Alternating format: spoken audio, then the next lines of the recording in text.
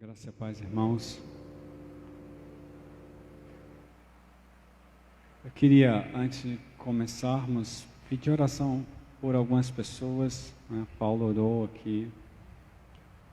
Eu peço que você ore pela irmã Adalgisa. Eu notei que ela está nos acompanhando se não me engano, pelo Facebook. Continue orando pela irmã Adalgisa. Ore por Moraes e Edna, né? Agora, um pouquinho depois de começar a nossa reunião, eu soube que Moraes teve um problema com o coração, está na UTI, né? E assim, orem por eles dois. A irmã Edna ainda se recuperando na saúde, perdeu um filho há poucas semanas e de repente passa por isso. Ore por Moraes. Ore pelas famílias dessa igreja. Eu não sei o nome dele, mas ore pelo marido da irmã Hilda, né, que teve Covid, teve sua esposa com Covid, infelizmente perdeu sua esposa também. Ore pelas famílias da igreja. Queremos agradecer a Deus pelo aniversário de Flavinho, no dia 5, né? Amanhã, e no dia 10, é dia 10, né, Poli? Não? Hã? Ah, tá. Tá. Mas essa semana, Poli? A outra? Tá. Então, Flavinho está fazendo aniversário dia 5. Dia 5. Então, a minha oração é que o Senhor continue abençoando o seu servo. Ele está lá atrás trabalhando. Enfim, eu estou...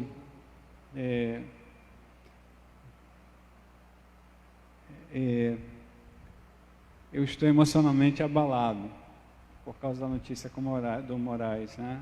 E eu vou ficar em oração. Bom, eu venho falando sobre fé. A gente está falando sobre fé desde o dia 16 de maio, né, no nosso texto base, Romanos capítulo 5, verso 1. Então falei sobre fé e consciência, fé e simplicidade, fé esclarecedora, fé no chamado da humanidade ou da humildade, fé e responsabilidade, consciência do verdadeiro status da humanidade. E a semana passada eu falei, baseado em Romanos capítulo 4, nos versos 16 a 18, sobre um exemplo de humanidade consciente, que eu trago o exemplo de Abraão, né? E vimos que ele mantinha o ouvido voltado às promessas do Senhor. Vimos que o Senhor trouxe à existência coisas que não existem para a vida de Abraão e Sara. Vimos que viver em esperança aplaca a ansiedade, viver em esperança é aprender a esperar. Hoje eu estou falando também do Abraão, mas eu trago uma referência do apóstolo Paulo sobre ele. O apóstolo Paulo fala sobre Abraão aqui, traçando algumas palavras diretas dele. Gálatas capítulo 3, nos versos 24 a 29, refletindo no exemplo de Abraão. Então pela manhã eu falei sobre quem vive no esforço próprio abdica do viver no Espírito. Eu falei sobre a bênção de Abraão em Jesus Cristo, no sentido de ela ser vivida pela fé. Vamos lá? Gálatas 3, 24 a 29. Se você quiser saber um pouco mais sobre igreja perseguida, quiser contribuir, nós temos aqui panfletos sobre isso, você pode pegar conosco. Gálatas 3, 24 a 29 diz assim: assim a lei foi o nosso tutor até Cristo, para que fôssemos justificados pela fé. Agora, porém, tendo chegado à fé, já não estamos mais sob o controle do tutor. Todos vocês são filhos de Deus mediante a fé em Cristo Jesus. Pois os que em Cristo foram batizados, de Cristo se revestiram. Não há judeu, nem grego, escravo, nem livre, homem nem mulher, pois todos são um em Cristo Jesus. E se vocês são de Cristo, são descendência de Abraão e herdeiros segundo a promessa. Então, eu venho trabalhando o capítulo 3 de Gálatas. Pela manhã nós vimos grande parte, tá? E se você perceber os versos 15 a 23, o apóstolo Paulo vai falar sobre essa tutoria da lei, né? Ele traz essa tutoria e diz que o tempo chega em Jesus Cristo. No verso 19 ele traz um objetivo da lei para os judeus, né? Ele diz assim: qual era então o propósito da lei? Foi acrescentada por causa das transgressões, até que viesse o descendente a quem se refletiria a promessa, e foi promulgada por meio de anjos, pela mão de um mediador. Então, nesse sentido, ele cita a lei como algo pedagógico, um instrumento pedagógico para que o povo não caísse em suas transgressões. No verso 22 ele diz que a Escritura encerrou tudo debaixo do pecado, a fim de que a promessa que é pela fé em Jesus Cristo fosse dada aos que creem. Então a gente continua falando de fé, certo? Nesse sentido, mais como exemplo aqui. Quero dar continuidade, que eu comecei pela manhã falando que adotados, nós sempre aguardamos sob a fé, por isso somos filhos de Deus. Então veja os versos 24 a 27, a gente está em Gálatas 3, Paulo diz assim: assim a lei foi o nosso tutor até Cristo, para que fôssemos justificados pela fé. Agora, porém, tendo chegado à fé, já não estamos mais sob o controle do tutor, ou seja, da lei. Todos vocês são filhos de Deus mediante a fé em Cristo Jesus, pois os que em Cristo foram batizados, de Cristo se revestiram. Essa última observação do apóstolo Paulo é muito importante para nós. Veja, se eu recebi Cristo, em Cristo vivo, né? E por que em Cristo eu sou revestido? Por causa do Espírito Santo que está em mim. O Espírito Santo é a própria pessoa de Deus em mim, né? Em cada um de nós.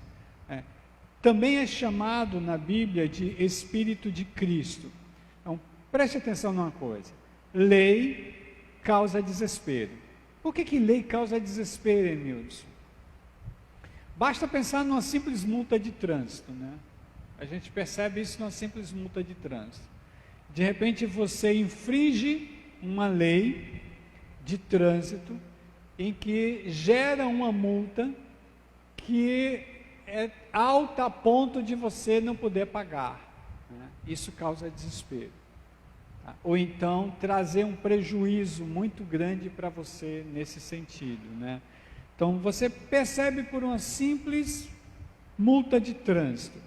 Quando a gente fala da lei de Moisés, né, a gente percebe que a lei exige que você faça ou causa esforço próprio, né? Isso causa desespero também, porque gera, né, despende esforço para isso. Mas somente a fé pode te livrar do desespero. Isso é interessante, quando Jesus diz: olha, venham a mim todos os cansados e sobrecarregados, eu os aliviarei. Então, a lei que causa desespero, né, dá espaço para a fé que te livra desse desespero. A confiança que temos em Cristo nos faz crer que a lei já foi cumprida na cruz. Jesus veio para cumprir a lei nesse sentido. Então, Gálatas capítulo 2, no verso 16, Gálatas 2:16, o apóstolo Paulo diz assim: sabemos que ninguém é justificado pela prática da lei, mas mediante a fé em Jesus Cristo. Assim, nós também cremos em Cristo Jesus para sermos justificados pela fé em Cristo, e não pela prática da lei, porque pela prática da lei ninguém será justificado, né? Nada que façamos Nada que façamos contribui para a nossa justificação. Nada. Vou repetir. Nada. Nada contribui para a nossa justificação. É pela graça. Tá? Eu posso me mostrar um bom homem e achar que isso conta, mas não conta. É pela graça. Efésios capítulo 1, nos versos 3 a 8. Efésios 1, 3 a 8. O apóstolo Paulo diz: Bendito seja o Deus e Pai do nosso Senhor Jesus Cristo, que nos abençoou com todas as bênçãos espirituais nas regiões celestiais em Cristo. Porque Deus, olha só, Deus nos escolheu nele, antes da criação do mundo, para sermos santos e irrepreensíveis em sua presença. Em amor, veja aqui, a justiça de Deus está sempre ligada ao amor. Em amor nos predestinou para sermos adotados como filhos, por meio de Jesus Cristo, conforme o bom propósito da sua vontade. Jesus Cristo, aliás, verso 6, para o louvor da sua gloriosa graça, a qual nos deu gratuitamente no amado, ou seja, Cristo. Nele temos a redenção por meio de seu sangue, o perdão dos pecados de acordo com as riquezas da graça de Deus, a qual ele derramou sobre nós com toda a sabedoria e entendimento. Então, esse perdão foi derramado de acordo com a graça, através de sabedoria e entendimento de Deus. Queria trazer um texto de transição, porque aqui a gente traz a mensagem hoje um pouco mais curta por causa da ministração da ceia. Esse texto está em Romanos capítulo 3, nos versos 21 a 24. Romanos 3, 21 a 24. Quando o apóstolo Paulo fala: mas agora se manifestou uma justiça que provém de Deus, independente da lei, da qual testemunham a lei e os profetas, justiça de Deus mediante a fé em Jesus Cristo, para todos os que creem. Não há distinção, pois todos pecaram e estão destituídos da glória de Deus, sendo justificados gratuitamente por sua graça, por meio da redenção que há em Cristo Jesus. Veja, quando Jesus Cristo fala em Mateus capítulo 6, os versos 22 em diante, ele vai falar exatamente sobre amor, né? Especificamente também em Mateus 21, quando ele fala sobre amor, né? Ele fala que a lei e os profetas são cumpridas exatamente no amor, né? Na prática do amor.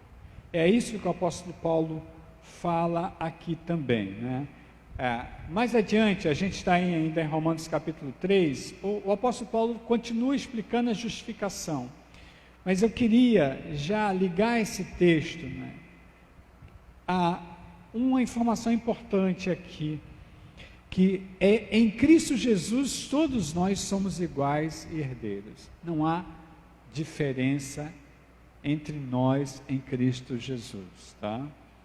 É comum, por exemplo, comigo, acontecer de eu chegar nos lugares e as pessoas acharem que eu sou melhor que elas, porque eu sei um pouco mais do que elas. E quando eu falo eu sei um pouco mais do que elas, eu falo da sabedoria humana, tá?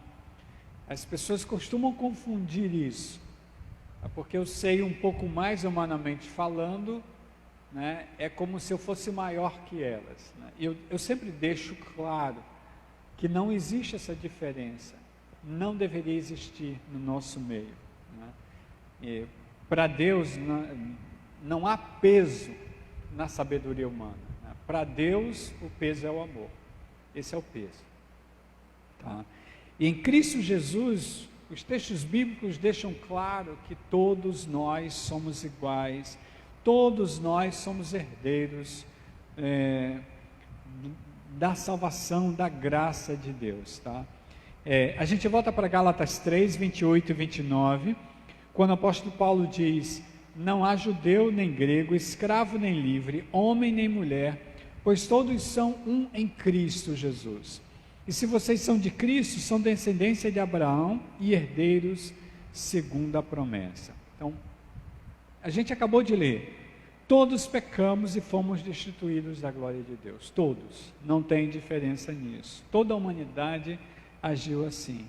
Todos também fomos justificados em Cristo através do seu sacrifício. Hoje nós estamos aqui para comemorarmos isso, no sentido de relembrarmos aquilo que Cristo fez por nós, o ato da justificação realizado no derramamento de sangue de Jesus na cruz. Então todos fomos justificados em Cristo.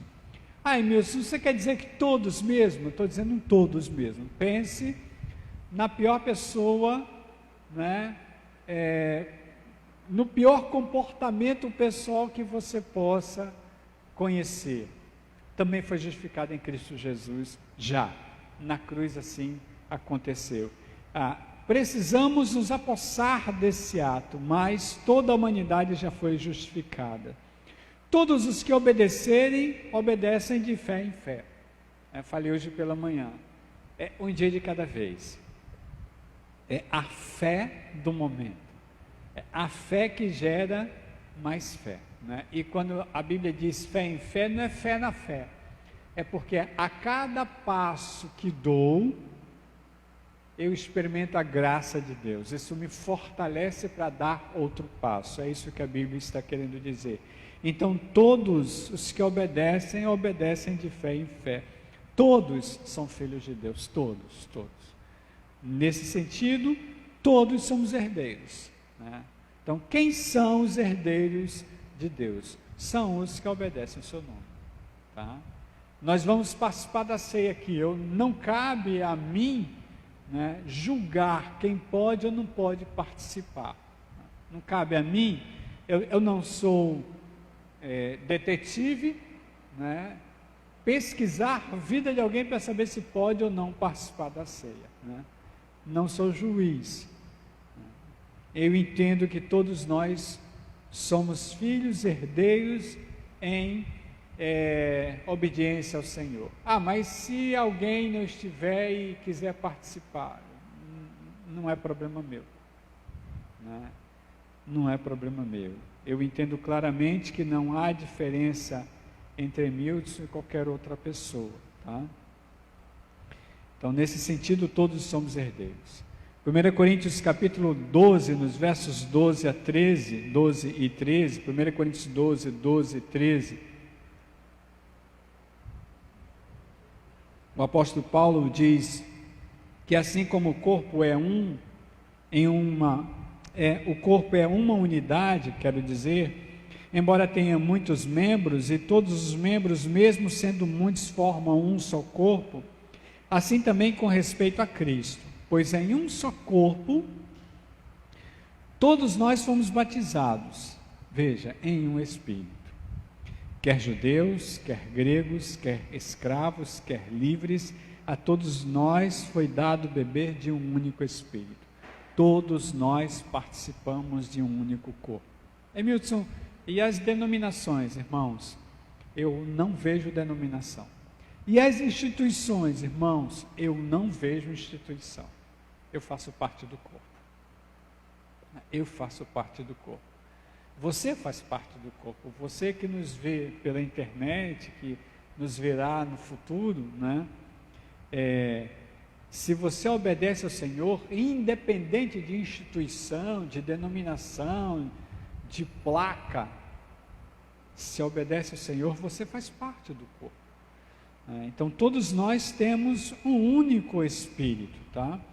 E esse único Espírito, ele nos faz pensar de uma mesma forma. Nilson, como é que você vê os pensamentos diferentes? Não tem como eu imaginar um único Espírito com pensamento diferente, né? Então, para mim isso não cabe. Quem tem o Espírito de Deus, pensa conforme a palavra de Deus, né? E Jesus Cristo é claro quando diz que Ele é a palavra. Tá? Então, nesse sentido, né, andamos juntos, juntos pensamos, juntos agimos, conforme a vontade do Senhor. Finalmente, Romanos capítulo 8, nos versos 14 a 17. Romanos 8, 14 a 17.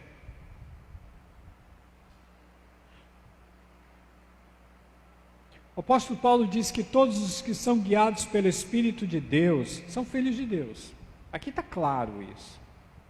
Tá? Ele diz assim: pois vocês não receberam um espírito que os escravize para novamente temerem, mas receberam um espírito que os torna filhos por adoção, por meio do qual clamamos, Abba, Pai. O próprio Espírito testemunha ao nosso espírito que somos filhos de Deus. Se somos filhos, então somos herdeiros, herdeiros de Deus e co-herdeiros com Cristo. Aí ele frisa que é muito importante isso. Se de fato participamos dos seus sofrimentos, para que também participemos da sua glória. O que quer dizer isso? O que quer dizer participar do sofrimento de Cristo? Emilson, a cruz já não aconteceu, Jesus não já sofreu, para que sofrermos? O apóstolo Paulo está falando do resultado de sermos filhos de Deus, né? De vivermos a vida que o Senhor quer para nós e as consequências dessa vivência, tá? Isso aí só na prática mesmo nós podemos entender. Há alguma atitude que você toma e que sofre por causa da atitude que você toma, exatamente liderada pelo Espírito de Deus, porque o Espírito é aquele que testifica com o meu Espírito, né? E nesse sentido, a gente participa dos sofrimentos de Cristo. O apóstolo Paulo fala sobre isso, inclusive dizendo: ninguém me moleste, porque eu carrego as marcas de Cristo em meu corpo. Ele carregava tanto as marcas físicas como as espirituais. Então, todos os que são guiados pelo Espírito de Deus são filhos de Deus. Todos aqueles que obedecem o Espírito de Deus, na vontade de Deus, todos são filhos de Deus.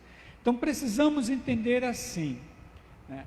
Alguém pode participar da ceia sem ser filho de Deus? Possivelmente, alguns ou muitas pessoas participem da ceia sem serem filhos de Deus, né? Mas isso passa a ser uma mera cerimônia religiosa, não tem discernimento espiritual. Isso o apóstolo Paulo fala em 1 Coríntios capítulo 11, né?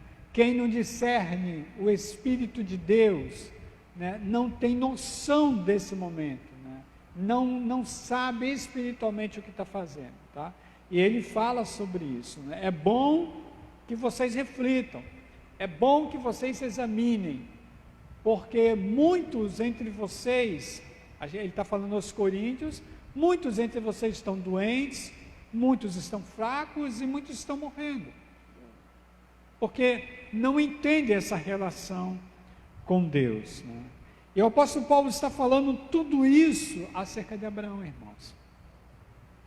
Capítulo 3 de Gálatas é sobre a bênção de Abraão estendida para nós em Jesus Cristo, né? Porque é interessante essa fala, quando os judeus questionam a Cristo, né?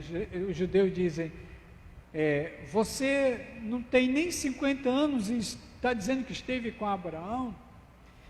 E Jesus diz, antes que Abraão existisse, eu sou. Então, nesse sentido, a bênção de Abraão vem em Jesus Cristo, tá? Romanos capítulo 4, no verso 16, para concluir e passarmos para a ceia, o apóstolo Paulo diz que a promessa vem pela fé, para que seja de acordo com a graça e seja assim garantida a toda a descendência de Abraão, não apenas aos que estão sob o regime da lei, mas também aos que têm a fé que Abraão teve.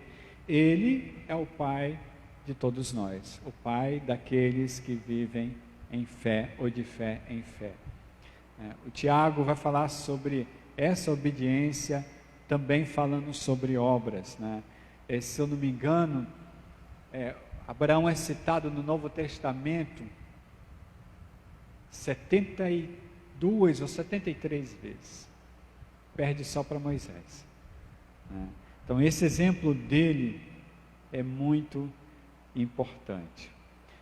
Nesse sentido, precisamos entender que os adotados e guardados sob a fé são filhos, e que em Cristo todos os que são filhos são iguais e são herdeiros.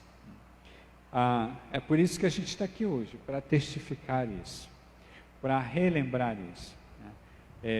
Precisamos compreender que uma vida com Cristo é uma vida de obediência. Obrigado, Deus. Que essa seja uma semana de reflexão. Que o Teu Espírito haja sobre nós, levando vida a outras pessoas. Senhor, visita os necessitados. Visita Teu servo Moraes, onde ele estiver agora, Senhor. Coloca as Tuas mãos sobre ele, de forma bem específica, Senhor. A minha oração é que o Senhor, na vontade dele, desobstrua o que está obstruído agora no corpo de Moraes, no nome de Jesus Cristo. Lá não tem onde ele está, que os Seus anjos fiquem ao redor dele, protegendo o servo do Senhor. Age sobre o Teu servo, Senhor. Visita famílias que precisam nesse momento. Visita o TI pela face da terra, Senhor. Pessoas que estão entubadas, necessitadas, sofrendo, Senhor. Visita famílias enlutadas no nome de Jesus Cristo. Visita famílias sofridas. Visita profissionais de saúde, Senhor, fortalecendo, desembaraçando a mente, Senhor, tirando toda espécie de ansiedade, momento específico depressivo. Ministra sobre suas mentes, descansando no seu corpo, Senhor. Visita quem lida diretamente com o Covid. Visita Israel, Senhor.